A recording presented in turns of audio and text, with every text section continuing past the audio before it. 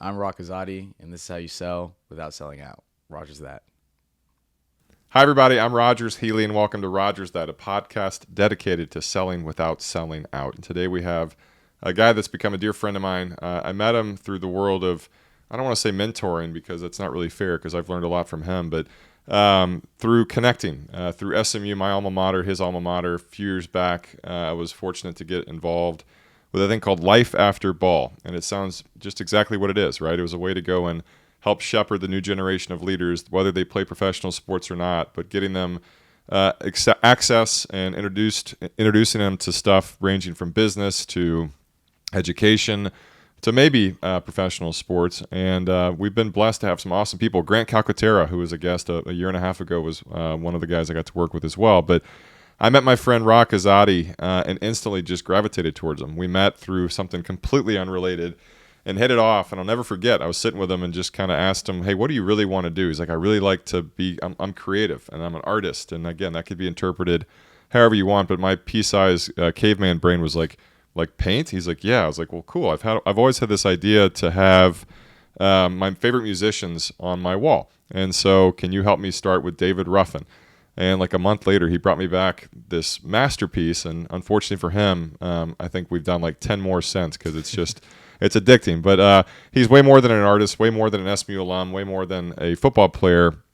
And I think of Ra as a pioneer in the space of NIL, name, image, and likeness, which we're going to get to in a minute as well. But he's been featured on ESPN. He's gotten every award you can think of.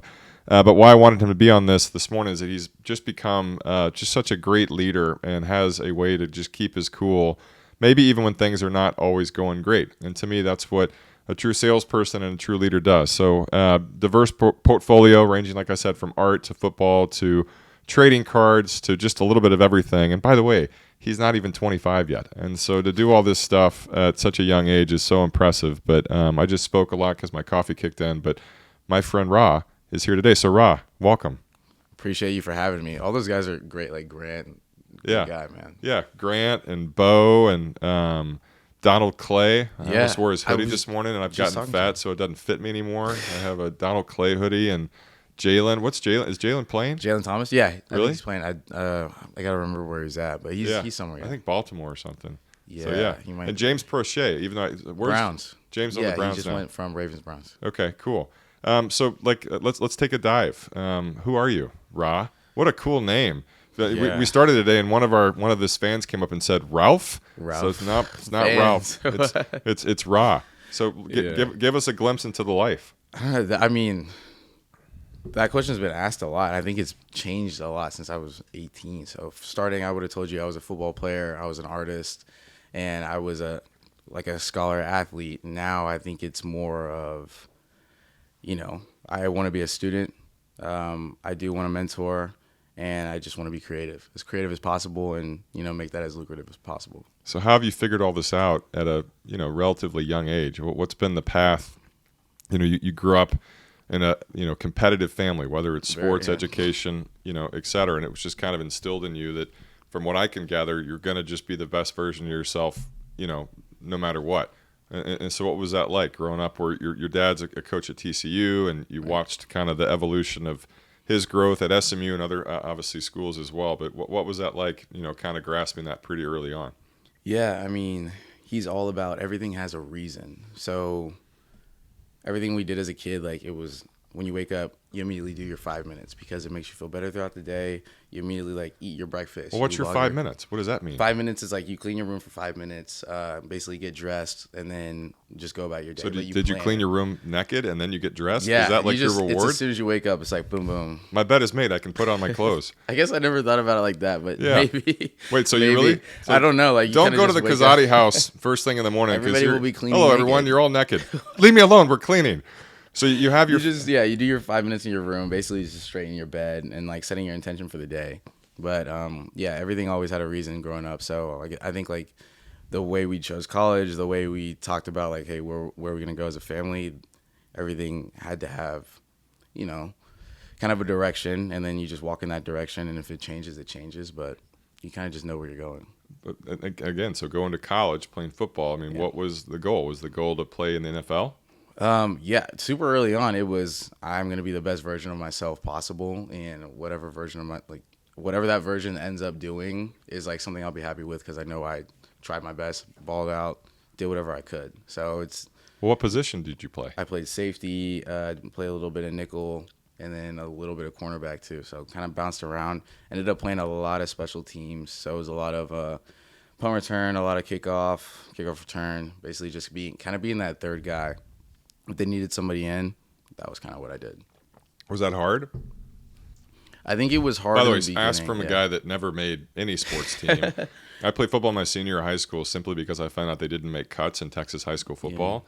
But I got cut from every other team. So this is not me speaking like I started at anything. But was that hard? I mean, going in. Yeah, it is hard. I mean, because like everybody kind of knows, you're the best in high school, and like you're kind of even the best in your city. Especially when you're kind of playing in Jonesboro, Arkansas. You get some interest, you get your offers, then you come to a school, and maybe you notice like you're not the best guy like right away. So it's just you kind of have to work at that, and then it's even understanding your role. If I can make the guy better next to me, maybe that's what I'm best at. Maybe that's where I'm like needed the most. And How do you grasp that as a college student?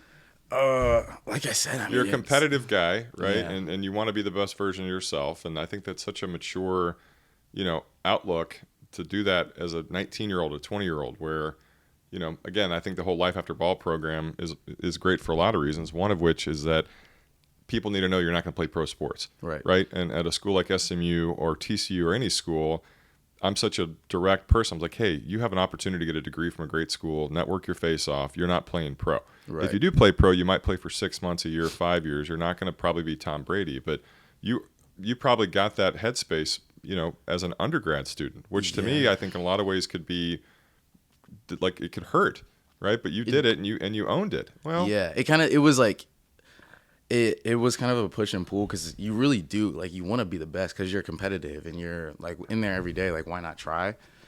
But at the same time, you're like, I know what that world kind of looks like from seeing my dad play, seeing his friends play, and it was like, some of it, this kind of might be a negative outlook a little bit, but I saw guys super banged up at 45, not being able to like run with their kids. 45 is still super young. Yeah, yeah, and then just like having to move cities every like few years, having to like kind of seeing the toll it takes on like your wife and your kids. And I guess knowing that when you're 18, 19 years old, and then kind of seeing as it gets more real and more real, you're like, is that something I want, or do I want to? Is that kind of what people would expect of you? Yeah, where you really wanted to just get into venture capital. Which Which we'll get there. Yeah, it's hard. There. I was talking to a buddy of mine this morning, which maybe not a good parallel or not, but Taylor Swift, maybe one of the most famous people in the world. She 100%. She probably can't relax at her home without worrying. And I think that's just, she's a victim of her own success differently. But again, with sports, it's just so crazy how, especially in football, like you're sacrificing your body to potentially do something, but you got perspective early on. So I don't want to keep just, harping on that. But the experience and the education, aspect at SMU, like how did you learn to navigate? That's how we met, right? How did you learn to navigate as an undergrad and leverage the stuff that most college students, athletes or not, don't want to do? And I did that in college too, and it kind of changed my life, but I didn't have mentoring and kind of the experience you did. Yeah, I mean, it was the big emphasis of why I went to SMU. It was kind of just like you're in Dallas, Texas. The network was insane, and then as soon as you kind of step on campus, they tell you, here's all the majors we have, here's all the stuff you can do, here's our alumni list, which is crazy people. Here's our list of people who own teams, you're billionaires. You're like, this is insane. You go to a school and it's not like an everyday thing. I think you kind of get spoiled as a SMU student because you think that's just like how it is. But yeah, I mean, Life After Ball helped a ton, and then never do anything without a reason. So if I was gonna go to that school like that, it's just network your face off, like you were saying, be the best at something, find your lane, and just do everything a little bit earlier than somebody else would. Yeah. You just beat people to the punch. I was watching something yesterday, and it reminds me kind of a version of what you were doing about Magic Johnson, and he's a billionaire now. Yeah. And a lot of people don't realize this, but I think Magic Johnson's career earnings were $40 million. It's a lot of money, but it's not a billion. You're not going to make a billion. What he would do is every year at the beginning of the season, he would get a list of all the people that had courtside tickets, and he cold called them. He called him, which again, like he's Magic Johnson. Hey, They're this gonna, is Magic Johnson. yeah, but he did it knowing that there was something bigger down the road, and I think that that's such a great lesson to learn that you did so well. So back to the college experience, and I remember probably 3 or 4 years ago, this thing NIL came out. People started talking about it. Where the interpretation I got is, oh my gosh, you can pay players, you can pay athletes for their name, their image, and their likeness. And I remember the first time I had dinner with Grant. In order for me to buy his dinner, he had to give me something in exchange. So he signed an SMU football for me, right? And then there's guys like you that took it to the whole new level. So how did you go and take the creative from your brain, apply it while still in college to monetize it and do something that has nothing to do with sports? Yeah, that was a lot of questions at once. That was a lot of questions, but it was a super weird process. But I mean, really, it kind of always circles back to like family. Like they're just always kind of on, and they're always thinking competitively. So my dad was like, you need to be ready July 1st. Like the ruling just came out. It's in action July 1st. You need to have your website up. You need to have your prints up. You need to be able to like have your list of tweets that you want to come out with up. Like he's like, you know more about that stuff than me, but whatever you would do for a brand, it needs to be ready. And I was like, okay, like let's do it. And you got to remember, this is like right before spring training. Well, this is not spring training, but it's in the summer. You're training for 4 hours a day. You've got classes. You have your internships, and it's just like, okay, just do this new thing. But got all that stuff up on July 1st. Website was super bad. Did it really quickly. And then you just tweet it out, and it was Darren Rovell, ESPN college football. Really? He's a good buddy of mine. Really? Yeah, he was one of he was one of the first people to be, Darren Rovell. Yeah, he was one of the first people to tweet something out like, this is super cool. This kid is no way. I put a virtual gallery out, yeah, because I didn't have like enough time to find a real one. No way. Because apparently it's hard to find a gallery in a month. But that came out, so I just did it all virtually, and really it was just doing whatever tools that I had, I just used with that, and then it just snowballed. Did you? Can't even take any credit for that. Did you sell a piece pretty quickly? Yeah, actually, AD Rick Hart, he bought my first piece. Yeah, really? Like my first NIL. Did he know piece. It was you? Yeah, he's the one who he was like, I want to buy your first piece with NIL. What was it, like a UNC connection or something like that? Or I remember you telling me the story. What did he buy? He bought. It was a picture of his grandfather. It was Rick Hart. Yeah, at SMU. Yeah. But he used to be something. Yeah, okay, I know who he is. But yeah, that's awesome. So how did you do that while playing sports, while in school, while trying to have a life, and again, not getting sucked into the vortex of making money in college, which easier said than done. I think a lot of it.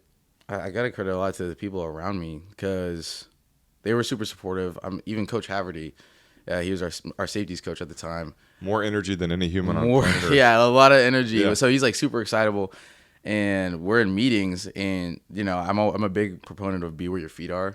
So if I'm in meetings, all I'm doing is taking notes. I'm looking at it. I'm breaking down the film with everybody else. But then right after that, I'm sprinting. I gotta like go to the studio, either like finish the homework, study a little bit more film, and then I'm painting in my dorm room. I don't have a studio space. So did you have a roommate? Yeah, I had a roommate. Did they sleep with like a mask on? They were pretty cool. So it's not oil paint, so they were straight. I was doing a lot of acrylic at the time. And now I've done like a little bit more oil. But they were really cool about it.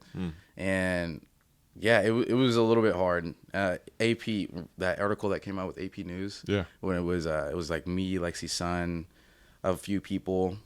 So it was my birthday, actually, August 11th. And you have spring. I keep confusing spring and summer, but you have training. It's a training camp. You're there from 6 a.m. to probably like 11 p.m. 11 p.m. Yeah. You get a 2-hour kind of break for right after lunch, and then you go back and do meetings. AP News was like, what is the best time to come through today? And I was like, I only have really an hour 30 because I got to go and go back. And they're like, cool. So the whole time you're supposed to be like relaxing, calming down. I'm painting this picture of Dennis Rodman for them. No way. Yeah. And he's asking me all these questions for the interview and stuff. And they're taking all these pictures. And my other roommate's upstairs because he's like out of the way. But it was just a super interesting process. And it was a cool time in my life, but it was really busy. And there wasn't a lot couldn't chill. I also started my nonprofit in 2020 with a bunch of... Of course you did, yeah. Well, it was with a bunch of teammates, and we just really wanted to help out. They're not a lot of guys who like to use social media, so they weren't posting like infographics and stuff, but they wanted to find like 30 minutes out of their day. So we were packing like canned goods, giving them out to like people without a home all over Dallas. You need to find a way to make days longer. Yeah, like that's I how did, you'll yeah. make your first billion. Is like my name is Kazadi, and I've created the 25th hour. The 25th hour. Yeah, I'm still trying to find that, but that was my college experience. So after my sophomore year, it kind of just changed. Well, but how did NIL just change you as an artist in general? Honestly, sure I some of put the out more stuff- work. It was just Yeah. like more work. Like at first, you're painting because you're having fun, so you're not doing it all day. Yeah. Then when NIL came, it's like, okay, this is a job. Like it started Yeah. to turn into kind of a job. You have like 3 or 4 pieces you have to get done, like either in the next 2 months or this month. People are asking for a bunch of stuff, and then graphic design came into the picture. And then the school was like, "Can you design this patch for us?" And you're like, "That's like a big job," like, and I have no time, so that was really busy. And then like an Elton John painting comes up, and you're like, Yeah, I hate yeah, Rogers. yeah. I don't want to do Elton John or Aretha. But that honestly, your projects were some of the most fun ones because I love music. I'm a huge music guy, and you make fun of me because I feel like we listen to some of different music, but it was cool for me to listen to some of the Aretha Franklins and even down to like the Phil Collins and the Earth, Wind and Fire guy. Philip Bailey. Philip Bailey. Oh, right? you over here. You're reading your notes off your phone. Yeah, I'm like checking them. Okay, so But- let's tell who all have you painted for me? Do you remember? Oh man, Started with David Ruffin. yes, this is who's like the lead 12 people. singer This is what he of- does every single time. David Ruffin's the lead singer of what group? Temptations. And name your top. What's your third favorite Temptation song? Oh, dude. Name any This is- Temptation I'm song. right on the spot. One Temptation song. Uh, Just My come Girl. on, man. My Yeah, Girl. My Okay, Girl. and then second was Don Henley. Yeah, Don Henley with the Eagles. Okay, and then Yeah. your favorite Eagles song. Dude, come on. And then third we did This Aretha. is right on there. I honestly, I'm not. Aretha's your favorite Aretha song? That's like me being like, okay, what's your favorite Wu-Tang? Dude, Kareem probably. What? Yeah, yeah. I'm friends with dude. You know That's that hard. Yeah, I mean, Yeah, you next- said that very quick. Yeah. Yeah, because Yeah, I. it You caught know me off why? guard a little bit. Yeah, you know. Because you're a music guy. All right, we get it. You're better than me. Okay, and then next we did Janis Joplin. Janis Joplin. Then we did Van Morrison, right? Mm-hmm. Bob Seger, Billy Joel. Billy Joel, Levon Helm, Live on Helm, yeah. Elton John, Crows. Counting Crows, Counting Adam Crows. Duritz, Adam Duritz, yeah. and then rounding it off with the greatest rapper in American history, Yeah, we did Tupac. Tupac. Yeah. That So was one of that was cool. I remember that because I did the original Tupac way early. WFAA, whatever. picked and it by the up. way, you're still stuck up on the fact that I know Wu-Tang. Yeah, I mean, you know Wu-Tang. Yeah. I mean, you said that quick. Yeah. Okay. So back to Ross. So let's talk about the influences, like the influences in your life. Obviously, you got a great family, and you know you've seen that as you've grown. But who's helped you kind of shaped where you're at? Again, it's I think it's a In my blessing. life right now? Yeah, just Okay. in general, I think it's such a double-edged sword. Maybe not. I think it's a blessing and a curse sometimes to have perspective at a young age, and I feel like I had my own version of it, which means I didn't really have a lot of people my age I could surround myself with because they were still trying to figure some stuff out, right? But I think you've done that as well as anybody. And again, at SMU, you've taken a really great advantage of opportunity they don't give other people. So talk about the influences in your life and how they helped you from football and art and obviously on the business side too. Yeah, I mean, abstractly, I'd say football and art those are my biggest influences on my life. I think that's kind of where it's gone. And then specifically people from football, I'd say definitely the coaches. Like I think Coach Dykes has offered me a ton of opportunities. Was a huge influence on my life. Just coming in, I was super quiet. Like I didn't talk because you're Coach Kaz's son, and people automatically assume you're like kind of like a snitch or something, and they get it too. Well, also his dad, like they're very, from what I can tell, Yeah. relatively different personalities. His dad is a more, not energetic, but Yeah. in your face personality. He's like a very in-your-face personality, and Yeah. I mean that's his persona, and he projects it well. And for me, I think growing up, I was like, yeah, I see the benefits and the downsides to something like that. So from coming in, if you're acting, you can't win. You're either gonna be like the quiet guy, or Yeah. you're trying to act like too much like your dad. Yeah. So I think people just kind of understood it later on. Like now you're more of a silent leader type. Like I'm not gonna scream, I'm not gonna yell, but what I will do is like just out compete you and outwork you, and that's just kind of what I do. You'll catch him singing some Elton John songs. Yeah, he just walks a in little here, bit. blue jean. We call him Tiny Dancer up here. You call me Tiny Dancer? Yeah. I don't know about that one. I would like a more masculine name for that. Well, Tiny Dancer is the I Elton know John it's a song. I know it's Yeah. Elton John See? song. Yeah. Yeah. But again, that's so what I you learn from your dad, right? Yeah, I think yeah. your dad has taught you just to kind of be the best version of yourself, but also when you find out your brand and your personality, own it. Own it, yeah. So he's really big on owning your lane, and that's something we go with together. I'm like, hey, I've helped him with his social media, and I'm like, you need to post this, you need to do this, and he's like, why don't you just run it for me?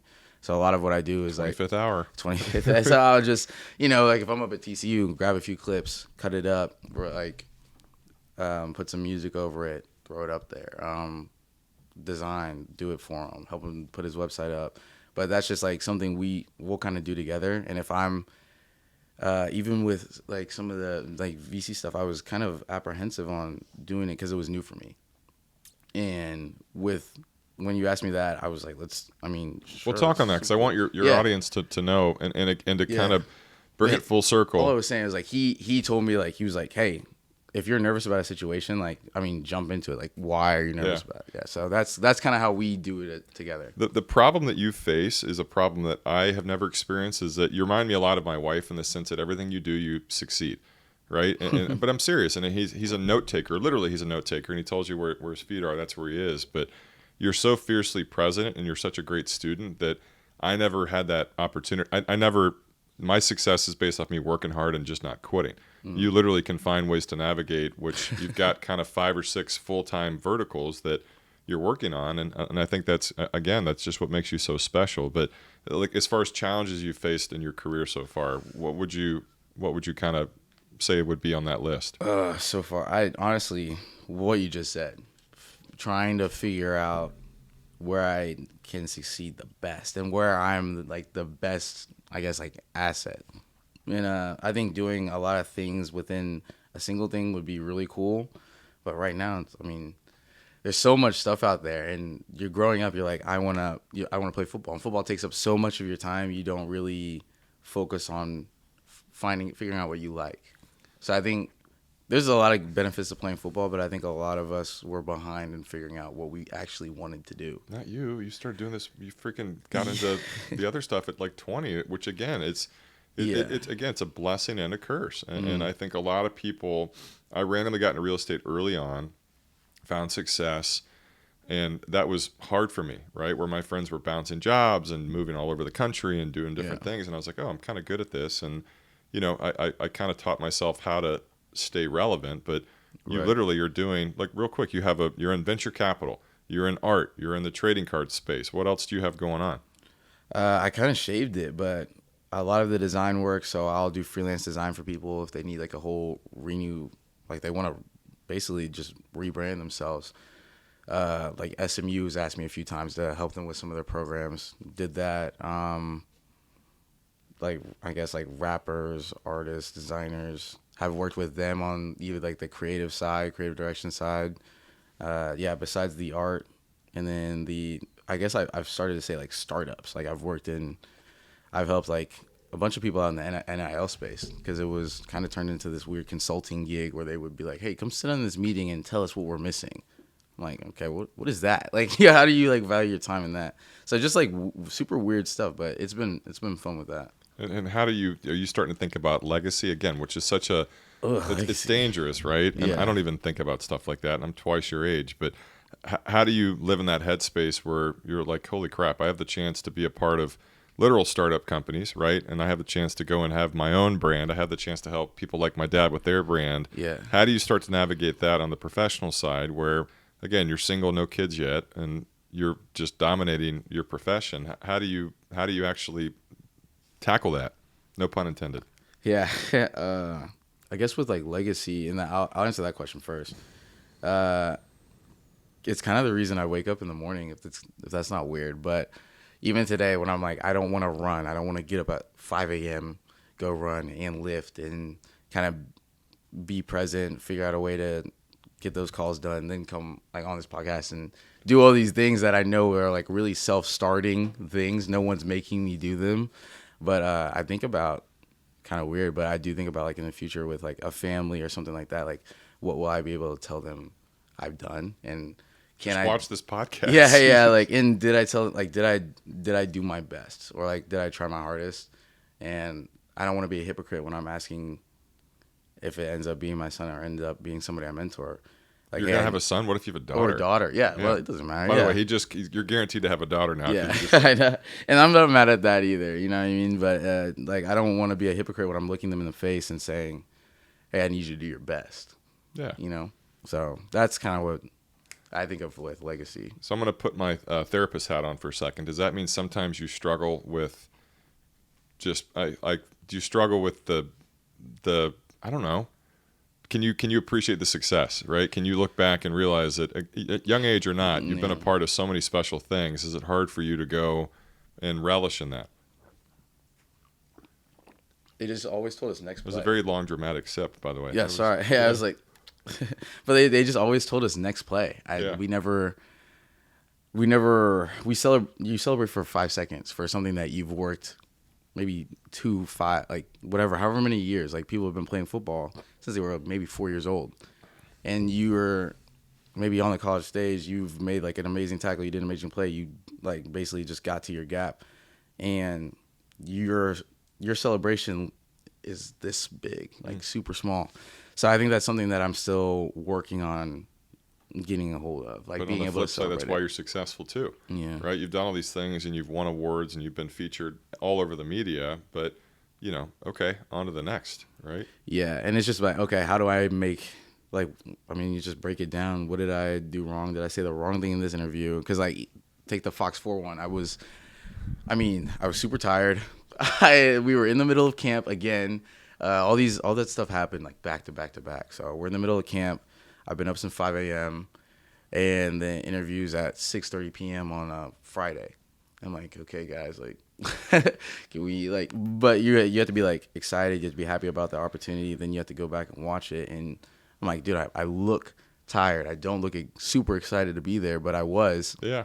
And basically, how do you take that? How do you do better? And then You know what you needed at on the next time? one, what? A goat fuel. I did need a goat fuel. I needed some. I mean that, and honestly, that's when I got into energy drinks. I had never really drank any energy drinks until my junior and senior year of college. Yeah. No, it's amazing. As time gets spread more thin, you look for little hacks, and Yeah. caffeine is one of them. Best advice you've ever received?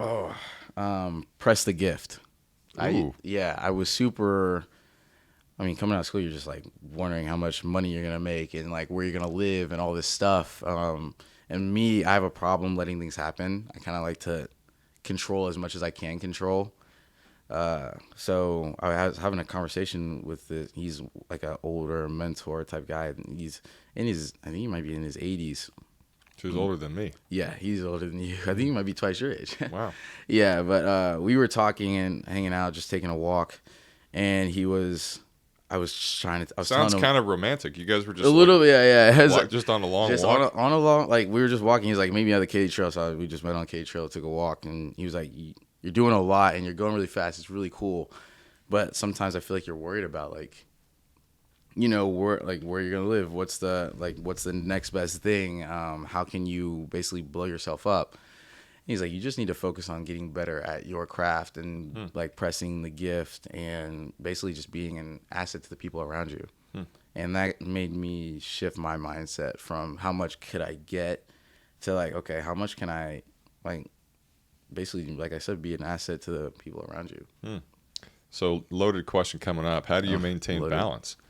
Or do you? I guess, By the way, it's a question we've asked almost everybody, and no one's ever been like, "I'm great at." I'm balance," great at right? it. It's the constant struggle for doers. Yeah, I mean, man, there's so many examples when I've tried, and I think there's balance in certain things, like balancing, like for me, like food, sleep, are big. Be it like being able to interact with people a few times a week, big, and then obviously getting everything I need to get done is huge.